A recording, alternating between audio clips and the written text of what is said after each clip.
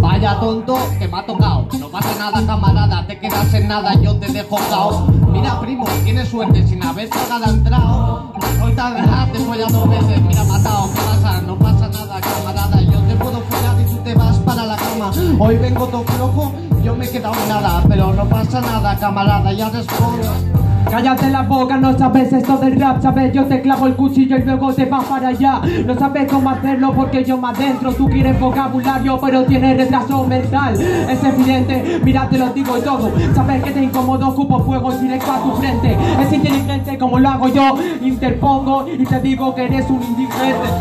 Mira, hermano, no me dices nada, no puedo responderte, pero la gente, las pintas del malote que tienes no va a creerte. ¿Qué te pasa? ¿No lo sientes? Hijo de puta, estar aquí, tú no lo mereces. Vas de Mercedes, quieres un SEAT, ¿dónde vas, cabrón, si no hay ni Dios que te vea? Con esta cara de cabrón sabes que yo soy de ni idea, no puedes conmigo, cabrón, porque te dejo en nada, ni que no te lo creas.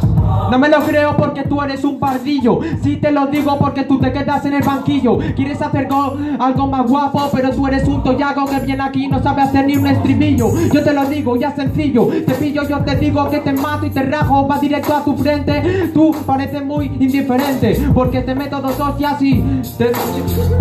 Mira, hermano, no pasa nada, te quemas. Mira, hijo de puta, te digo cómo va el sistema. Dices que yo no haga estribillos, tú eres un pardillo porque estamos haciendo batallas, no temas. Yo, cabrón, sabes que yo vengo ya desde el barrio, puedo reventar el escenario, te quedas sin memoria. Yo, cabrón, que tú ya eres historia. ¿Dónde vas, cabrón, si estás en minoría giratoria? Te vas fuera. Que me voy fuera, mira, sabes lo hago y tú eres un parguela. Quieres decir que no sabes rimar, pero tú eres un patán porque ahora mismo te veo bajo de mis suelas. Esto es lo que queda, lo que llena, lo que espera. Tú eres un parguela si eres un don nadie. Quieres rimar pero no sabes cómo hacerlo y yo te digo que te pongo fuego para que no te recojan. ¡Tiempo que!